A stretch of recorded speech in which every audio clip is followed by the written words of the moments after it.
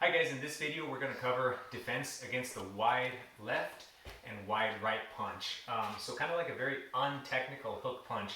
So unlike a good high-level boxer, they're going to have those tight hooks. This one is more of a defense against that kind of street hook. So you see this a lot, actually statistically in street fights. It's one of the most common moves that people come at someone with. If you ever watch like security camera footage or street fight footage, you'll see people just throwing these wild punches right there.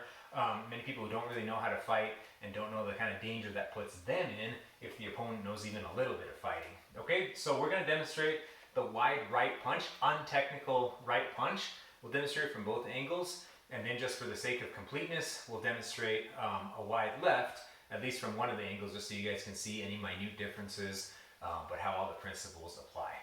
Okay, so the wide right punch right there. I like to say that with any punch or with any weapon strike or anything, she's dangerous and there's an optimal range for her to strike me at. So go ahead, go into the wide punch. Bam, right there. That's her optimal range. That's like the power center of the baseball bat. So I either want to be completely out of range or stuffing the range. In this case, it doesn't do me any good to be out of range because she's coming at me, she's flailing, right? And now here we are going off the frame because I'm just being chased and I'm not actually getting any closer to ending the fight. Okay, on the contrary, I'm elevating my risk the longer I let it go on. So what we're going to do is similar to what we did when we were practicing those knife strikes. I'm going to come in and I'm going to cut her range off. All right, I'm going to make her undangerous because I'm closing in that distance somewhat counterintuitively. So nice and slow, come at me, wide right. I'm here in my self-defense stance, go ahead. And I'm crashing. Notice I even move my body to get into her. And then I go kind of like forearm, wrist or forearm, right to the arms right there. All right, I want to grab because that's kind of small and it might slip. I'm going to go right there. That way there's no chance of her getting through or me slipping. From there, if you were a smaller woman, all right, against a bigger guy or something like that, I'd recommend you actually don't go into the clinch. I recommend you go into those elbows, palm strikes right there. But we're going to demonstrate the white belt curriculum, the technical way of doing so. And then you guys can obviously, if you ever find yourself in this scenario, hopefully not, you guys can, just make up your own mind as far as what's more appropriate. So I've gone into here. The curriculum version of this attack or this defense says I'm going to come in with this near side arm. I'm going to come and clamp the back of her neck. All right, so with my hand in this kind of shape. Go ahead on the back of her neck right there. And with this one, I'm going to snake it underneath and on top.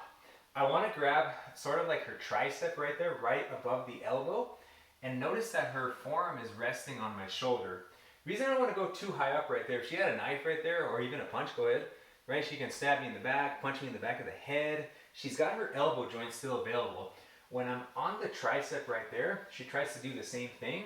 Go ahead, right? A lot harder for her, a lot more controlling for me right there, especially when I demonstrate what I'm going to do next. So I'm here, I'm going to fold down, I'm going to push down on her head, but most importantly, I'm going to crank up on this shoulder. So it's more like 20% here and 80% effort here. So I'm here, turn the wheel, all right? Release for a second. It's like those old cartoon sailing ships from like Christopher Columbus days.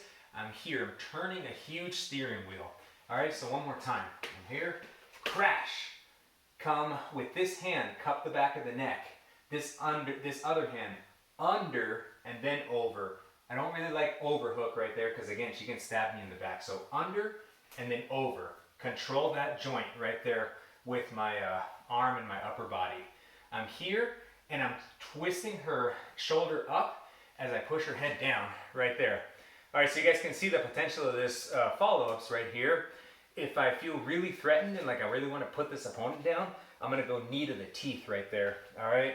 Lucky for me, my back knee is already in line with her organs right here, with her face, all this kind of stuff. I can also go into a less violent move by continuing to push her head down. And I don't want to take her down because it's hardwood floor, but you guys can see if I continue to push down, I'm essentially doing like a police force kind of takedown. So in full speed, one time from this angle, go. Here, here, here. And we see right there, bam, bam, follow-ups, whatever I want. Good, let's do the wide right from this angle. I'm kind of talking through my arm on this one, but I want you guys to see it on both angles. So go ahead. Crash. Hand on the back of the neck. Underneath. And here.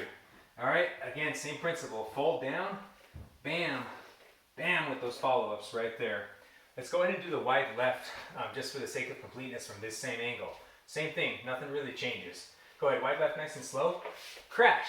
The only thing that changes is the hand that's on the neck and the hand that's going beneath the arm.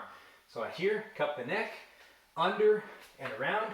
Very controlling grip, close to her so that my core, my hips control the action.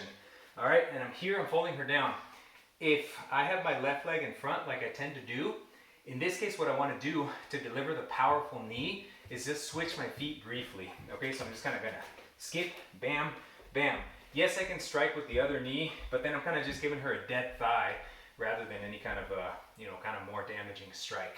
So again, the note on these defenses against the wide left and right, that clinch, getting to that clinch can be a little bit technical. So play with it, you guys. Make sure that you're going under and over, not over then under, for a little bit more control.